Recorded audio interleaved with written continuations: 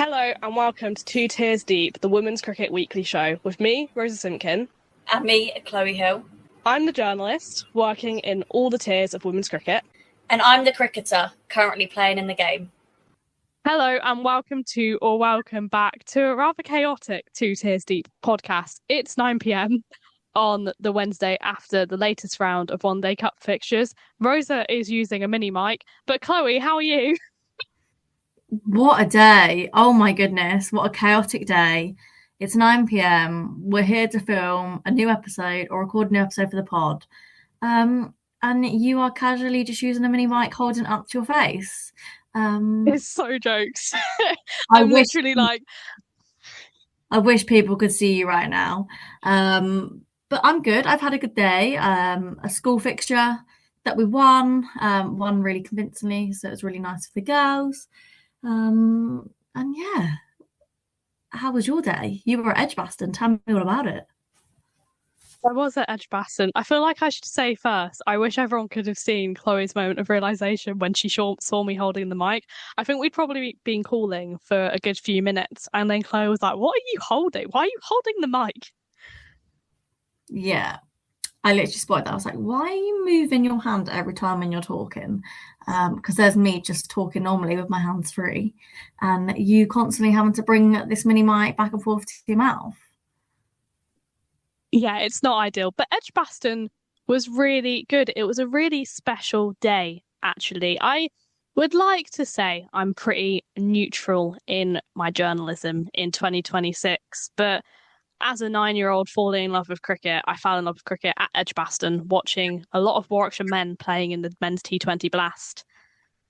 And it was really special to be on the mic in the TMS box at Edgbaston and being paid to be there. It was a pretty surreal experience. Yeah, that's a pretty cool. Basically, to say that that's your job, you're being paid to go and commentate on a team and a venue that you love. And I guess for what started your love and passion of cricket, it's like a little full circle moment now for you to have it as a job. I get paid to talk about cricket for a living. It's great. Can't complain. May I add, though, you definitely jinxed another batter today because they did not get a third consecutive 100.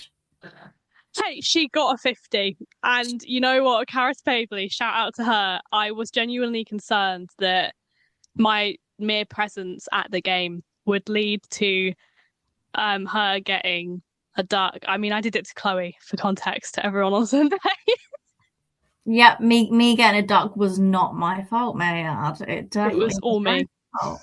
No, do you know what? I would absolutely love in tier 2 just to have a review system for a game, just to see what third umpire would say with some decisions. But do you know what? I'm at a stage in my cricket now where I walk off the pitch. I do pad, I'm fine, because what's the point? What's the point in throwing a tantrum anymore when you get out? Because you can't do anything about it. So yeah, I actually unpadded, packed my bag, put my big coat on, brought a little fruit salad out, and watched the rest of the cricket and watched us smoke it home, may I add. Can I just say it was a very big coat? It was. I enjoyed the coat. I loved it. It's new this year. I loved it. But we got the option to go for a long puffer coat or a short coat. And I absolutely went for a long puffer coat because I knew I'd take full advantage of it when it's a little bit chilly, but also if I just want to like snuggle up a little bit. So I enjoyed it. Channeling your inner school coach, which you do too, obviously. I will never forget back at school where we'd be running cross country or something and the teachers would all be there in their big long coats and be like, it's not that cold, and we'd be like, well. I had that full circle moment today. I had to umpire, and it was beautiful this morning, so I was in shorts, and then at lunch all of a sudden the weather decided to change, so I had shorts on with my big coat. My legs were freezing, may I add, and I was like, why am I not wrapped up right now? But the little things, hey, the little things. Shall we What do you want to talk about first? Should we talk about tier 1 cricket first? There's been so much tier 1 cricket.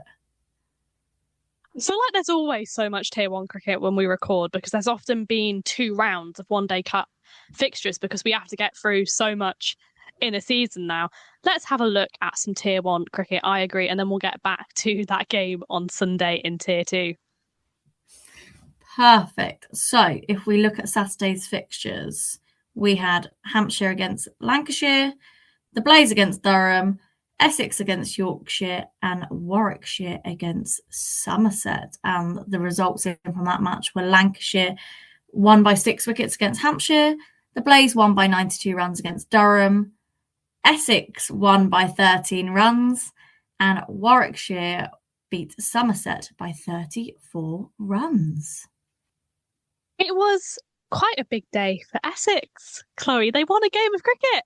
They did. They won a game of cricket. And do you know what? They posted a fairly decent total on the board,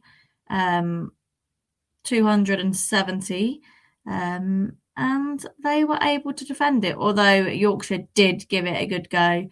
And Lauren Winfield-Hill again scoring another 50 for Yorkshire, and I guess being that ever-present, consistent player for them so far in Tier 1. 100%. The other big one was that Lancashire-Hampshire game. Hampshire just forgot how to bat. It was genuinely fascinating. I mean, they were 153 all out. And then Lancashire just came and hit it off in 33 overs. Yeah, I guess maybe a slight key talking point for Hampshire is they've been without their leading captain for a fair few rounds now in Georgia Adams. Now, I presume she's obviously got a little injury. I don't think Hampshire have said too much about it, but all I guess I know is she is injured, and Naomi Datani has taken on captaincy at the moment, sort of in place of Georgia Adams. But that is a key loss for them in terms of a leader, someone with the bat and someone with the ball. So yeah, I mean, I wonder how much longer she's going to be out for.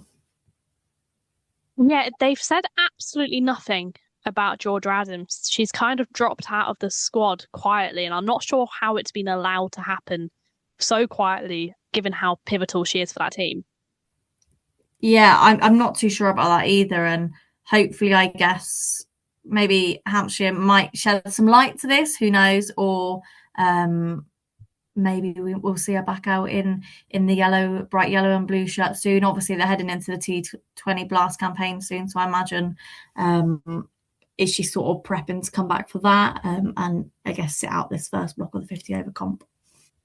Shall we have a look at the other round of Metrobank One Day Cup fixtures we saw? Round 7 to be precise. We're already 7 rounds in, Chloe.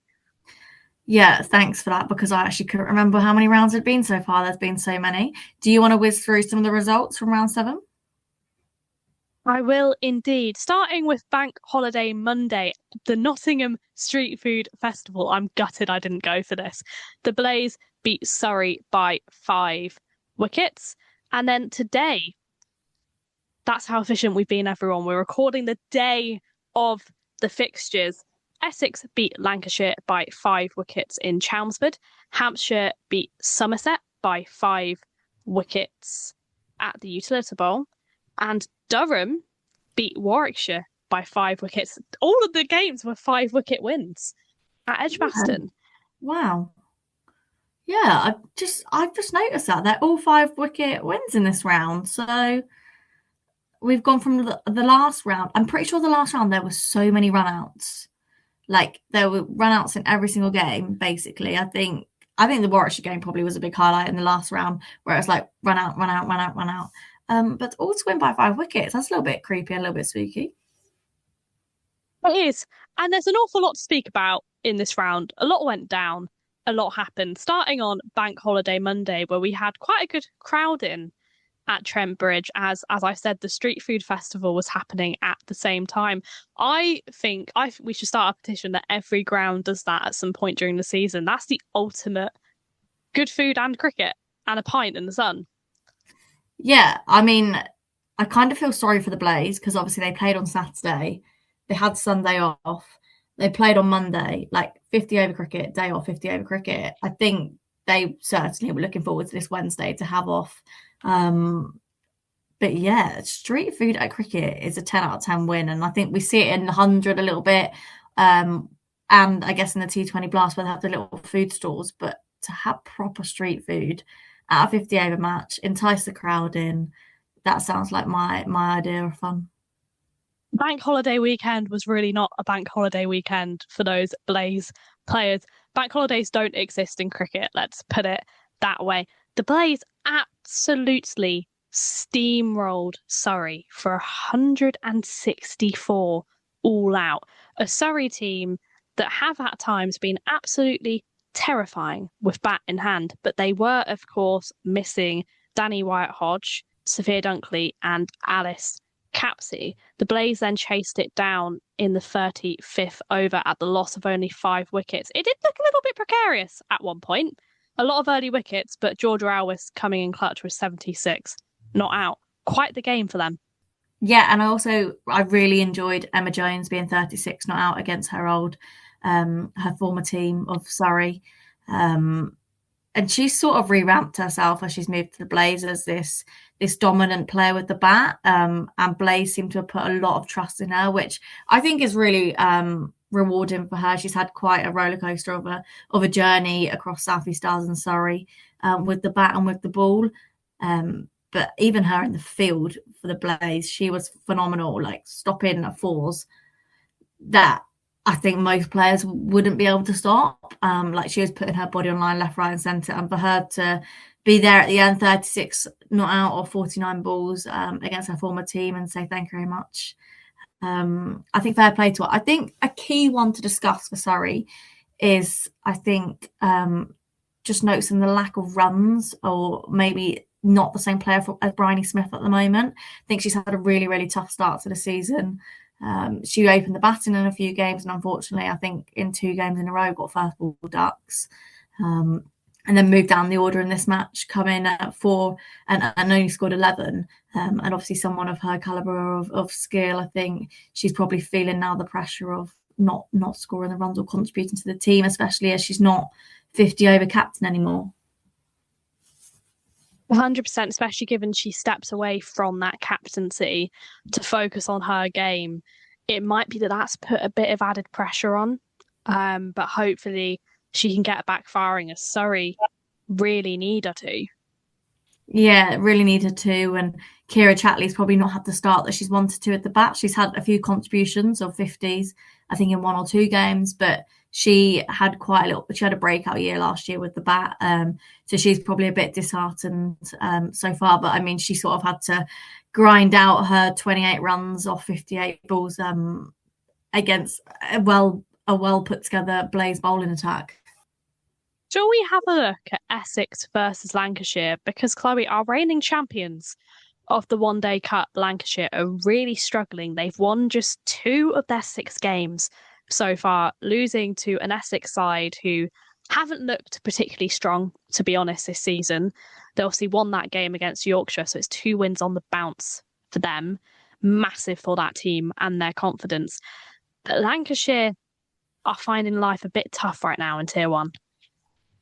Yeah, and obviously, I guess they lost Gabby Lewis, but they've recruited in Maddie Penner from Australia. Eve Jones, I guess, was lucky not to. She fell 2 runs short of her 100 this game. But yeah, they're not producing the dominant victories that they did last year, and that sort of team that everyone was, I guess, a bit worried to come up against. But Essex have got some serious momentum at the moment, and I think that does carry you. Lancashire, I think, they lost 2 on the bounce, whereas Essex obviously are now 1-2 on the bounce. So momentum does play a big shift in how you approach each game and the confidence you feel going into that game. And I think when your top 3 for Essex are all scoring 50s and above, I think Essex know that they're feeling quite dominant and quite strong at the moment and in a good place. And I kind of want to say fair play to them. 100%. But I do want to give some flowers to Ellie Fraukaud, who has scored more runs with the bat, another 50 for her today. And it raises a big question, because I think in previous years, she's been kept away from that England wicketkeeper conversation because of her batting. And she now appears to be scoring half centuries every game. So it'll be interesting to see whether she pips Rihanna Southby. Yeah, and I was actually going to come on to that, I guess, talking about Rihanna Selby. I think last year she did have a bit of a breakthrough year with the bat. We saw her move to the top of the order where she contributed and was scoring 50s freely, and producing some really, really good knocks for Hampshire.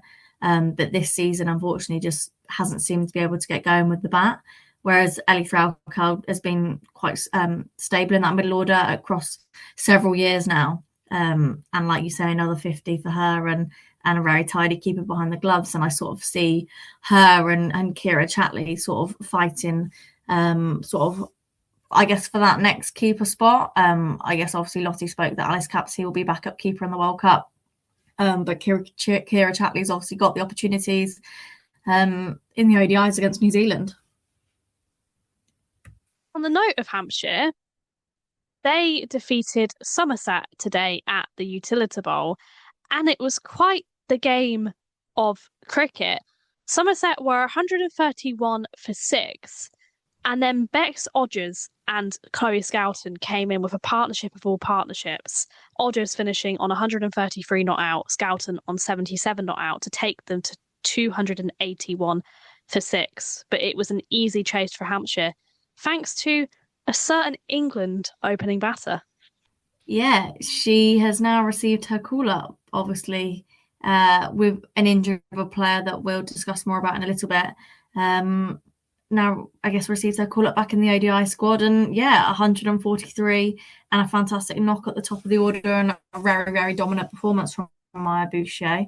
I would just like to add that Chloe Skelton, 77 not out, and in the previous game, in the last round, 50 odd she got. Like, where's this batting come from Chloe Skelton? I think previous years when I've seen her bat, it looks like obviously she's capable to hold up an end, but to go out there and score some positive runs and contribute to the team like that, she must have worked pretty hard over this winter. And yeah, hats off to her. Also, the extent to which she's scoring those runs. I mean, today 8 fours and a 6 for her, a strike rate of 114, which for one-day cricket is incredibly impressive. And Somerset have needed those runs. I think we are seeing the inevitable reality of that team and how they cope with bat without Heather Knight, Danny Gibson, and Charlie Dean. They were the dark horses at the start of the season, second in the table, and they're starting to slip. Yeah, and obviously Neve Holland was captain today, so they've lost Sophie Luff with an injury from the previous game. I'm not sure if it was concussion, because I think there was a concussion replacement where Ruby Davis came out to bat in the last game, and Sophie Luff obviously didn't. And then Ruby Davis has stayed at the top of the order, and Neve Holland has taken on captaincy reins. But yeah, the rest of the scorecard, bar Rebecca Odgers and Chloe Skelton, and I guess Annika Leroy, the rest of the scorecard is pretty sad to look at. It really is. The last game of round 7 was the one I was on commentary for at Edgbaston. Durham getting a much needed win at the bottom of the table, winning by 5 wickets. It was a really bizarre game of cricket, Chloe. Things kept happening. Yeah, I had the morning off, so I kept flicking on and off between it. And then, yeah, I think it was halfway through Bears' innings. I had to turn it off because obviously going to work. And it looked like Bears got off to a fairly decent start. But I have to say that was a very slow innings from Davina Perrin. 69 of 105 balls. Like, that is not the Davina Perrin we know. But also, I think hats off to her that she's able to sort of rein it in and control her innings, and go at a pace potentially that the game may need at the time. And obviously Karis Pavley and some unbelievable form, back-to-back centuries, and now another half century. I think she scored quite freely and quite quickly, so that probably helped the run rate. But yeah, it probably wasn't the innings, I guess, that the Bears wanted. I guess obviously Nat Rafe as well, but do you want to speak a little bit more about Bears' innings? It was just a bit bizarre. I mean, Davina Perrin definitely came in and did what the game required of her, but a 65.71 strike rate is almost unheard of. from her. Her and Karis Pavley had a phenomenal partnership. They were in some early trouble with the loss of Surin Kumar and Austin early on. And then they lost that partnership. And there was a concern maybe that would halt the innings. But then Chloe Brewer and Nat Rafe had another really promising partnership. I think they scored 90 off their last 10 overs or something ridiculous. It was a very back heavy innings. And then the chase from Durham was just superb. Maddie Villiers with 106 runs, backed up by Emily Windsor with 85, Grace Thompson with 30. But the fielding from Warwickshire was pretty poor. I spoke to Ali Maiden after the game for an interview, and he said he thinks it was their worst bowling and fielding performance of the season. They just couldn't quite get it right. Poor Chloe Brewer kept finding herself on the receiving ends of balls deflecting into her face all over the place off the ground. There was a tarp covering one of the wickets, Chloe, which was bright pink, and it was causing absolute carnage. It was bright pink. Why? Why was it bright pink? I don't know. There were 2 wickets near the Holly stand at Edgbaston, covered presumably because they're about to be used. One of them with the usual like green felt you see, and the other one was bright neon pink. Not even joking. How's that even, I guess, okayed or by the match official? But each to their own, I guess. I guess both teams still produced a fairly competitive total. But yeah, it sounds like it was a bit of a mixed bag of a day for Bears with their batting performance. How was Durham's chase with the bat? It was superb. I mean, Emily Windsor has built a reputation for herself as the finisher, and she certainly did that today, backed up by Maddie Villiers with her first professional century for her, which is always a massive milestone. She's a name who's been around the women's game for a long time, and if you've watched women's cricket, you've heard of Maddie Villiers. But she's maybe someone who has slipped a little bit at the start of the season, so it was really good for her to get those 3 figures. And Grace Thompson as well. The girl can bat. Yeah, she reminds me a little bit of an MR lot, a tall seamer who's got long levers, who can contribute at the bat. And I guess probably she's never really had the opportunity to bat higher in this team. I'm pretty sure she batted high when it was like Durham Academy or in the regional game academy. So I think she's always been quite confident with the bat. But yeah, that was fantastic for Maddie Villiers to score her maiden A-list century, 106 off 86 balls. Like, that's a fantastic strike rate to be going at. And yeah, Emily Windsor 85 off 83. And just to see that she hit 2 sixes as well. She's such a petite, slight frame. I guess to generate a bit of power to hit some sixes. I think fair play. And I think it's been a really good move again for her up to Durham and sort of away from Hampshire, where she's, I guess, grown up and been through the pathway and sort of put herself out now of this comfort zone of travelling somewhere so far up north. But yeah, what a performance for Durham. Shall we have a look at the table for Tier 1 and how it is sitting? We should, because my word, Chloe, it is close from first to ninth. Do you want to take us through it? As we've already established that Rosa going through tables is an awful idea on the Two Tiers Deep podcast. I will. So, sitting at the top of the table, we have the Blaze after 6 games on 23 points. Hampshire in second place on 19. Surrey in third on 14. Somerset in fourth on 13. Yorkshire in fifth on 12 points. Essex in sixth, but have played 7 matches. They're on 12 points. Warwickshire in seventh on 11 points. Lancashire in eighth on 10 points. And Durham, who have played 7 matches, they are sitting in ninth place on 10 points as well.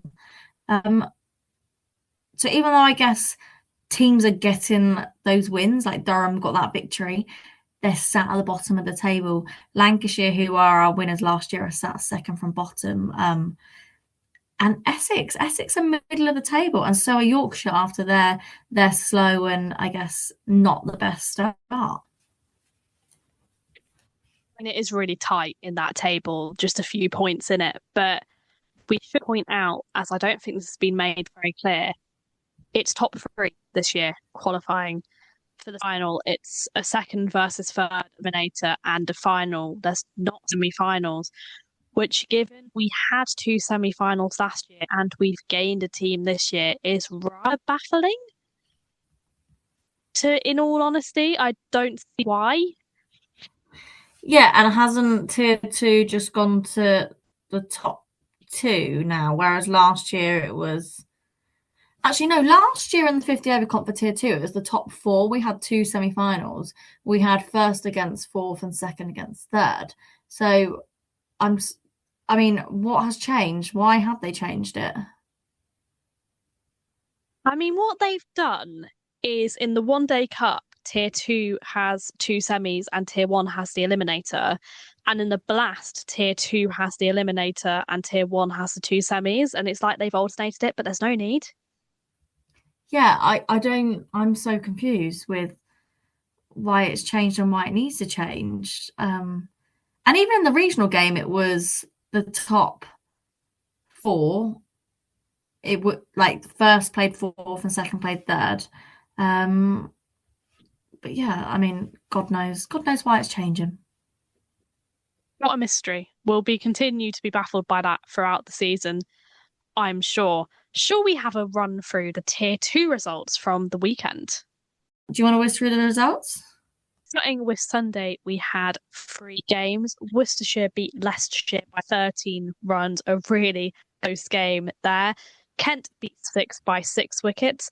Northants, Chloe's Northants, beat Gloucestershire by 6 wickets at Bristol.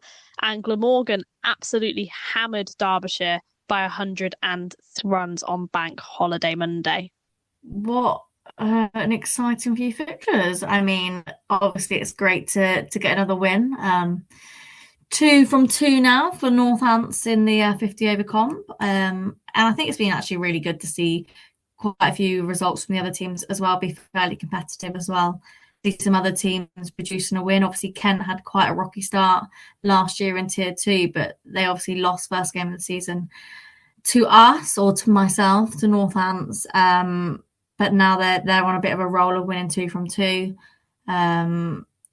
Glamorgan obviously have been pretty strong. And you kind of expect them to be strong now this year. They've sort of got to live up to Yorkshire's reputation of what it was for them last year, I guess, because Glamorgan is the team that's moving up.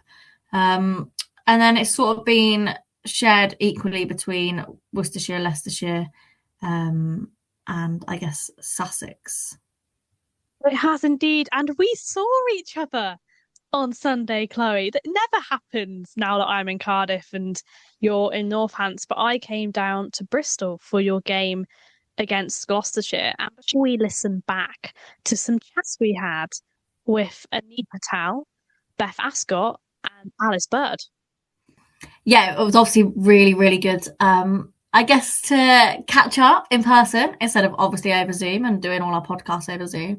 But also it's so nice to get some live content with players.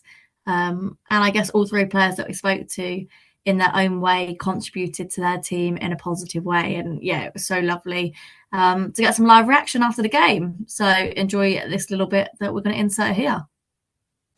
We are currently pitch side after Northants defeating Gloucestershire. First of all, I'm going to come to Chloe. Chloe, it's a win. Yeah, another win, 2 from 2, so can't complain. And we've got 2 exciting guests joined with us. We have indeed. We've got skipper and batter of the moment, Anisha Patel and Beth Ascott. How are you guys? Very well. I mean, we won, so we're very happy. Well, I'm happy. Sorry, I'm speaking for you, Nish. No, I think such a really good team effort. I guess with the ball, I think when we needed a wicket, people have stepped up. Robbo's spell at the start was phenomenal. Very good. Use of bowling her best ball, but then using the short ball tactic as well, and then so many options of spin. Spin really kept it tight. Squeezed it. So Yeah. It was an unbelievable bowling performance from you. How many maidens was it? Chloe is my statistician. 10 overs, 4 maidens, 3 for 15. Nuts. How did you find it out there? No, I guess with it still being quite early season, I've just, finding a little bit of rhythm and just, kept attacking the stumps, set some really strong fields. Really happy to contribute and to take a few as well. And obviously, as captain, you had quite a few spin options to go with today. How nice is it to have quite a few different variety of bowlers? Yeah, definitely. Obviously, Josie came in for this week as a loanee from the Blaze. Just obviously showed with the bat what she can do as well. But yeah, like I said, so many options, seam and spin. Makes my job a little bit easier. Did you get a 3-wicket maiden? 3-wicket maidens. Yeah, that's it. Anisha Patel had today. Maidens, yeah, that's it, yeah. And Beth Ascott. Hello. Talk to us. Terrible situation. I'm so sorry, guys. If you see the scorecard, I may have caused that. But come in at 3 for 19, I think it was. Yeah. It was a bit of a shocking situation to be in, really. Sorry. I was not expecting to bat today, honestly. I was still eating my banana, and then I had to go in. But I just thought, I'm not letting anyone else have my wicket. So I just sort of took my time out there because we had loads of time. And then after a while, I just thought, why am I not sort of backing my own strengths? And then just sort of went a bit crazy towards the end. But it was really good fun. And it was nice to bat with Josie, who's obviously a fellow Northants. I feel like I have a part. Whenever I watch Chloe play cricket, she gets a dunk. Genuinely. So I apologise for my presence. And I'm just going to say, obviously, you played with Josie at Northants before she obviously moved on to the Blaze. Yes. Over 100-run partnership. How good was that? Oh, yeah, it was so nice to be out there with her, sort of remembering what it used to be like, I guess. But it was just so easy with her. We were just sort of chilling in the middle after we'd, got past the 100 mark. We knew the end was in sight, so we just kept calm and carried on, really. And Nish, where are we next week? We're at home to Sussex, and I think that's the last game before we then switched back to the T20 Cup. So it's been very kind of, because you've had a couple of weeks without a 50-over game, haven't you? Because you had that we had our bye round, week, and then you had that T20 County Cup, so you're definitely switching between formats a bit. Final thoughts from today, Captain? No, really happy. Really good team effort, and like I said, take that momentum into next week, hopefully. Yeah, I think everyone did that. Amazing. Thank you so much for joining us, guys. Thank you. Thanks. Alice, not probably the result you wanted today, but an unbelievable bowling performance from yourself. How did you find it out there? It was a really nice pitch to bowl on. I felt in good rhythm. And it's a bit cloudy, so that probably helped with movement. Shame we didn't bring it over the line ultimately, but I think having them 19 for 4, we put ourselves in a good position, and on other days, that will be the momentum we need to win games. It was quite a spicy start for Northants, and it was just that partnership, I think, that got away from you, wasn't it? Yeah, I think something that we can take and learn from actually their innings was they really took their time. Ascott at the beginning was on a 40 strike rate and she converted that into a 90 and, hit 50 plus. So that patience from her really paid off and, was really attacking and aggressive at the end. And I think for probably us as a team to convert and build those partnerships, that's something we can learn from them. And then what do you take from this? Who have you got next? I should know this as the journalist in the situation. We have Leicestershire away, 50 over next Sunday. So what do you take from this game heading into Leicestershire? As a bowling unit, I feel, to be honest, trying to defend that total and with that solid partnership in the middle, I think we do just try and carry that bowling momentum into the next game. I don't think we could have... we hit our areas and our lines and unfortunately it just didn't work today. But as a batting unit, probably look, like I said, to push those partnerships and convert those scores. Looking at the table for Tier 2 after 3 rounds, we have Glamorgan at the top on 14 points. Middlesex in second place on 10 points. Northamptonshire Steelbacks in third place on 9 points. Kent in fourth place on 8 points. Sussex Sharks in fifth place on 5 points, all the fives for Sussex. In sixth place, Leicestershire on 4 points. In seventh place, Worcestershire on 4 points. In eighth place, Derbyshire on 0. And also in ninth place, looking quite sad, Gloucestershire at the bottom on 0 points as well. We really need Derbyshire not to get the wooden spoon again in the One Day Cup. So let's win a game. Come on, guys. Yeah, although Gloucestershire are giving them a good run for their money at the moment for who is going to get the first win out of both sides. I mean, Gloucestershire are a team who are really interesting. I mean, as you saw on Sunday, they have real promise in the bowling department and a very young squad, but they have really struggled with bat in hand throughout the season. Yeah, they've certainly got the players, but something's just not clicking in terms of, I guess, getting that win or getting over the line or having more players put their hands up. They clearly are having one, maybe two players put their hands up every game. But I think you need to make sure you have a consistency in the batting department and a consistency in the bowling department. You do indeed. Before we get on to our teams of the round, which were an absolute nightmare this week and nearly led both of us to crises, shall we have a quick look at some international cricket? Because there's been some announcements. There has. Do you want to whiz through the two teams that have been announced or some key points?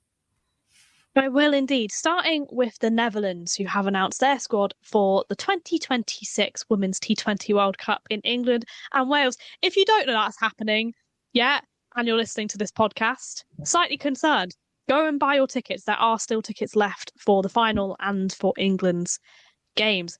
But we've got two domestic players in that Netherlands squad. Ster Callis, who plays for Yorkshire, who I think was an easy buy-in, and also Sanya Khurana, who represents Worcestershire in Tier 2. Yeah, two, I guess, really, really exciting domestic players. Ster Callis, the ever consistent Ster Callis, who has played across many, many domestic sides over the last couple of years, obviously in the 100 as well. I think she just absolutely loves cricket and loves scoring runs and also loves representing her country with the Netherlands. So I think she's going to be a key part for the Netherlands going forward into this T20 World Cup. And Sanya with Worcestershire. I actually played against her last year when she was with Wiltshire. And I played for Bucks on loan in the T20 blast sort of thing and come up against her in the final. And yeah, she's certainly a fiery cricketer, fiery character. And I'm sure she's going to have a fantastic campaign for the Netherlands and contribute with the bat and with the ball and probably be a key performer for them and a key person in their 11 and hopefully I'm sure she'll be hopefully talking out a few batters from the opposition when she gets to play against some big names as well. We've also had an announcement from India. I'm going to whiz you through India's squad quickly, as I'd say they're one of the favourites for the tournament, so we probably should give them some proper attention. They'll be captained by Harmanpreet Kaur, with Smriti Mandana as vice-captain, Shafali Verma, Jamima Rodrigues, Bharti Fulmali, Deepti Sharma, Risha Ghosh, Sri Charani, Yastika Bhatia, Nandini Sharma, Arundhati Reddy, Renika Thakur, Kranti Goud, Shriyanka Patil, and Radhya Yadav. And Chloe, that's terrifying. It's a terrifying squad. Fair play to you there for reading out the team there. Obviously, we know, and you know, I guess, as commentators, that it's always frustrating, I guess, when people pronounce names wrong. But I think you absolutely smashed that. And what a terrifying team that is. India always such a top performer at World Cups, and I think that team just makes it even more terrifying, to be honest. It really does, and they'll definitely be a favourite heading in to the tournament. Before we go on to our teams of the week, we've had some local news, Chloe, and some slightly concerning news from an England perspective. Nat Sciver-Brunt played a game for the Blaze and she got injured. She has a minor calf tear and has been ruled out of the ODI series that kicks off this Sunday in Durham against New Zealand. In her place, Maya Bouchier has been called up and Charlie Dean has been named as captain. Not what you want before a home World Cup. Yeah, certainly not what you want from a home World Cup, and I hope it's not as bad as hopefully they're not making it out to be. Like, I hope it is just a minor tear or a minor niggle, and she is going to be fully fit for that home World Cup. And I think it's certainly going to be a big loss heading into, I guess, this series against New Zealand, because it's such good prep. Even though we've got 50 over comp, it's such good prep still to be out as a team. England women haven't played any competitive matches since last year. I'm trying to think of the actual date of when it was, but it's certainly a long, long time ago. Was it last summer? It was the World Cup. It was the World Cup last November in India. Yeah, a long time ago. So for her not to be on that pitch that first game of the international summer with England, it's slightly disappointing. But I also hope this doesn't mean that there's going to be then a backlash on the domestic game of saying we're going to have to wrap Nat Sciver-Brunt up in bubble wrap, and say that she can't play any county matches going forward. I certainly hope she will continue to play county cricket for the Blaze when time allows. And I hope that's not then a precedent going forward for other England players as well. And on the note of England players not being available for their counties, if you were watching the One Day Cup at the weekend and you were wondering, where are all the England players? That's really bizarre. Are they playing games? No, they were on a training camp with the army. They were at boot camp. They were, I guess, doing some team bonding, some team building. Do you know what? So, it must be like 10, it's got to be 10 years ago. I think it was my first year at Worcester. We did an army team, like a boot camp weekend, and it was actually really fun.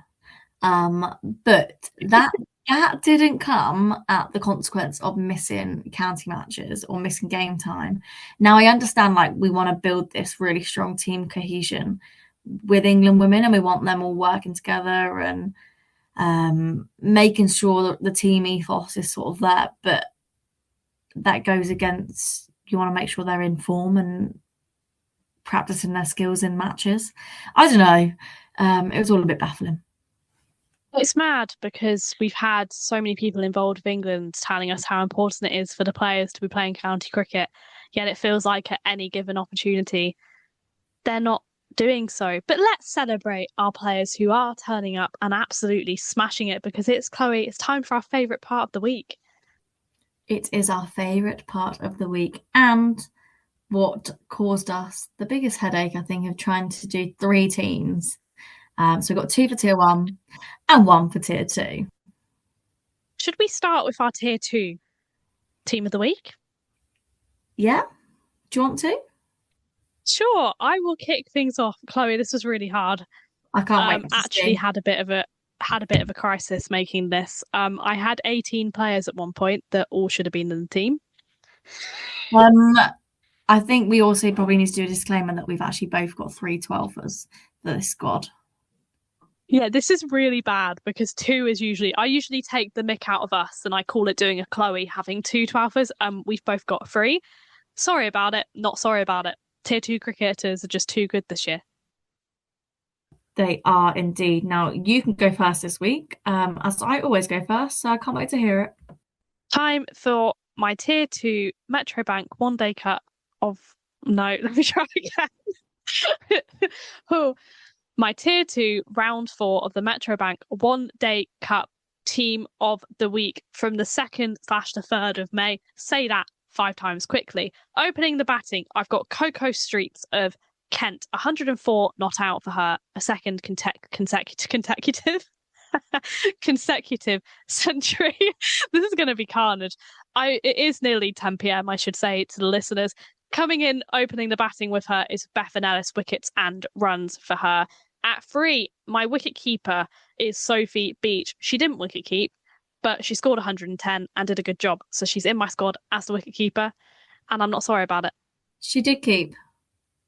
Did she? I told you that. Kept for Worcestershire. No, but in the game. Yes. She's got a pass next to her.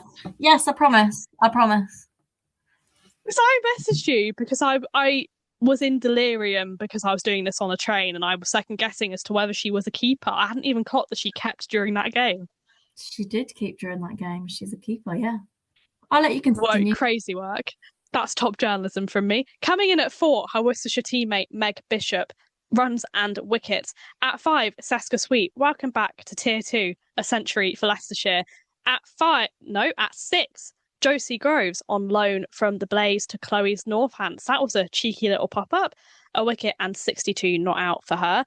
At 7, Beth Ascott with an impressive knock for Northants. At 8, Ellie Phillips with a fifer for Leicestershire. At 9, Gemma Porter with 4 wickets for Glamorgan. At 10, and my captain, Anisha Patel, who you heard from earlier, she was just ridiculous. 3 wicket maidens during that game. At 11, Rhiannon Nolan-Davies of Derbyshire with 5 for 36. And then my 3 12ers are Alice Bird of Gloucestershire, Sydney Gorham of Kent, and Lauren Parfitt of Glamorgan. Good luck, Chloe. I think we've got a few similar players. I say as I'm scratching my head. Okay, right. I'm gonna take it away. So, open the batting. I've got Coco Street again for her consecutive 100. She's been phenomenal for Kent at the top of the order. And opening the batting with her is Phoebe Wilkinson from Sussex. Coming in at 3 and is my wicketkeeper because she kept wicket is Sophie Beach for her 100. Coming in at 4 for her fantastic all-round performance with Beth Ellis. Coming in at 5, I guess welcome back to Leicestershire, was Cheska Sweet for her 100. Coming at 6 was Meg Bishop. Coming at 7 is Josie Grove, who's on loan from the Blaze to Northamptonshire. Coming in at 8 for her fifer was Ellie Phillips. 9, and my captain for her ridiculous figures of 10 overs, 4 maidens, 3 for 15 was Anisha Patel. 10 for her 5 for 36 is Rhiannon Nolan-Davies. 11 is Alice Bird, 3 for 32. And my 3 12ers are Beth Ascott, Lauren Parfitt, and Bethan Robinson. Pick your mini mic up. I've just had an absolute moment. I reached for a mouse. I've not even got a mouse with me. We've got pretty similar teams. I say that. I mean, you've brought Phoebe Wilkinson in. She was on my list initially, but she just couldn't break through. She was unlucky. Alice Bird, I've got as a 12th. I was really weighing up whether to have her or Beth on the pitch. It was really difficult. To be fair, Tier 2 just caused a bit of a headache, not going to lie to you. It really did. It was really tough. Shall we park that one and do our first round? What round? Round 6 of Tier 1 Team of the Week. We should indeed. Do you want to kick things off? I will. Okay. So, opening the batting, and my wicketkeeper is Lauren Winfield-Hill. Her opening partner is Emma Lamb. Coming in at 3 is Cordelia Griffiths. 4, Stair Callis. 5 for her back-to-back century, Caris Pavley. 6, Neve Holland. 7 for her fantastic contribution with the bat and the ball for Warwickshire is Alexa Stonehouse. Coming in at 8 for Anne is my captain, and she produced such a fantastic captain's knock for the Blaze, is Kirsty Gordon. 9, again, contributing with the bat and with the ball, is Chloe Skelton. 10 for some ridiculous figures with the ball, Kate Cross. And 11 for her maiden fifer is Charlie Phillips. And my 12th, and I really, really wanted to put her in, but my 12th is Katie Jones for Somerset. Now, I know she didn't score runs with the bat, but her keeping against Warwickshire was phenomenal. I wrote it down, she had 4 keeping dismissals and was involved with the run out as well. So 5 of those wickets she played a massive part of, and she just looked so tidy and decent with the gloves. We've got, my mic's over there. Oh, the mini mic has caused ultimate carnage on tonight's episode. We've got 4 differences, so we have gone a little bit different here. Opening the batting, I've got Lauren Winfield-Hill of Yorkshire, who's also my wicketkeeper. With Prisha Fanawala of Blaze, I was really impressed with her 47 on debut. I think she scooped 2 balls in a row on her first 2 balls faced or something ridiculous. Love the confidence. At 3, Cordelia Griffith of Essex. At 4, Caris Pavley of Warwickshire. At 5, Chloe Scouten of Somerset. At 6, Maddie Penner of Lancashire. Her debut game, she took 1 for 11 and scored 38. At 7, and also my captain, Kirsty Gordon of Blaze. At 8, Alexa Stonehouse of Warwickshire. At 9, Charlie Phillips of the Blaze for that incredible fifer. At 10, Kate Cross of Lancashire. At 11, Eva Gray of Essex with a handy few wickets there. And I've got 2 12ers doing a qualoe. I've got Daisy Gibb of Hampshire and Katie Levick of Durham. To be fair, all those players that you read out, they're all on my short list or my long list, as I should say. It's not a short list, it's a fairly long list of performers. I was actually going to note Prisha on debut for the Blaze, 47 on debut. I was so gutted when she actually didn't get her 50. I mean, I don't actually know the girl, but just it's always really, really nice when a young player has sort of graduated through the academy and has been gifted an opportunity in the professional game. And yeah, she looked very, very cool and calm and collected with the bat, opening the batting. So a big well done and big congratulations on her debut as well. And finally, shall we move on to this round 7, for Tier 1's Team of the Week? We should indeed. Do you want to kick things off or do you want me to kick things off? I don't mind. I can kick things off if you want. Let's do it after you. Perfect. So opening the batting, and I want to say it's her maiden A-list 100 is Rebecca Odgis for her 133 not out. Opening the batting with her is another Centurion in Maya Boucher.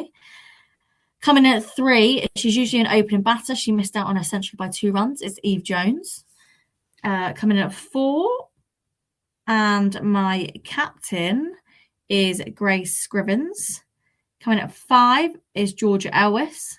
6 for her A-list century and wickets is Maddie Villiers. 7, the finisher in Emily Windsor. My wicketkeeper is at 8 is Nat Rafe. Chloe Skelton, again with the bat and with the ball. She's coming at 9. Kirsty Gordon, 10. Alexa Stonehouse, 11. And I've actually got 2 12ers in Davina Perrin and Freya Kemp. Pretty similar again for us there. Opening the batting, I've got Maya Boucher of Hampshire and Bex Odgers of Somerset. Ridiculous game for those 2. I mean, I would not want them on the same team, that's for sure. At 3, Eve Jones of Lancashire. At 4, and also my captain, Grace Scrivens of Essex. At 5, Maddie Villiers for her maiden 100, professional 100 with what? Of Essex. I don't know what happened there. We're just going to carry on. At 6, Emily Windsor of Durham. At 7, Georgia Elwes of Blaze. At 8, and my wicketkeeper, Nat Rafe of Warwickshire. At 9, Amanda Jade Wellington of Hampshire, an economical bowling spell for her. At 10, Kirsty Gordon of Blaze. At 11, Charlie Phillips, who is becoming quite a common name in our teams of the weeks, having an unbelievable breakthrough year. And then I've also got 2 12ers of Freya Kemp and Chloe Scouten. How has Chloe Scouten not made your Team of the Week? For that 77 not out. Yeah, that's brutal from me. I'm so sorry, Chloe. That's brutal. We literally had pretty much the same top 8, and then I was waiting, and you just went Amanda Jade Wellington. I was like, even though it was economical, nah, she wasn't making my Team of the Week this week. Yeah, Chloe Scouten has been unlucky there. But hey, there's so much Tier 1 talent on display. A lot, yeah. I mean, obviously there was Caris Pavley scored another half century, Davina Perrin half century, Freya Kemp half century, Ellie Threlker we spoke about, Cordelia Griffiths and Jodie Grucott. So they obviously all miss out with contributing with the bat as well. I guess in my team. I also probably want to note that Kate Cross's 10 overs, 1 for 32, was a very economical bowling spell as well. But but 3 very, very good teams of the week for their rounds in the competition. I was just going to add that today there was a ECB Women's Development 11 against New Zealand happening at Durham at Chesley Street. So I'll whiz through the scores. New Zealand batted first and they were 200 all out, with key contributions of Phoebe Brett taking 5 wickets for 27 runs, 3 maidens of 8 overs. And with the bat, not really any sort of standout performers, but Georgie Boyce with 32, Mia Rogers, 21, took the gloves. Josie Grove captained the side, 24, and Ailish Cranstone, 23. And England, or ECB, the development team, lost by 18 runs. It was pretty close, though, given it was a very young, inexperienced development side. I think it was very much a case of who was available. I don't think the ECB wanted to take from the Tier 1 game ahead of taking from it so dramatically next month. Yeah, I think great performance from Brett. Yeah, I think they took players from Tier 1 teams that some of the teams were playing today. So, for example, Abby Freeborn wasn't with Warwickshire. Mia Rogers wasn't with Durham. Leah Dobson wasn't with Durham. I think is that probably about it. I can run through the names of the players who were in the ECB Women's Development side. You had Tilly Kestevan, Georgie Boyce, Ailish Cranstone, Abby Freeborn, Ella Claridge, Mia Rogers, Leah Dobson, Josie Groves as captain, Charlotte Lambert, Phoebe Brett, Clara Thakur, and that is it. That is the side. Oh, and Claudie Cooper and Olivia Baker, they played as just bowlers. Amazing. I think that is officially all we have for you this week. It's been a long one, but there's been an awful lot of cricket. It's 10 p.m. I don't know about Chloe, but I think we're both about to climb into bed. Yep, I definitely am. But I hope everyone enjoys this episode, and we will see you next week after another exciting round this weekend of Tier 1, Tier 2, and Tier 3 is back this weekend as well. We will catch you next week. See you later. Thanks for listening to this week's 2 Tiers Deep. If you like to find me, Chloe Hill, you can find myself on Instagram with a new Instagram page covering this podcast at 2 Tiers Deep CH. Or I'll pass you over Rosa to find herself at Rosa Talks Ball. Or if you have any questions, you can contact us on rosatalksball@gmail.com. And please don't hesitate to get in touch.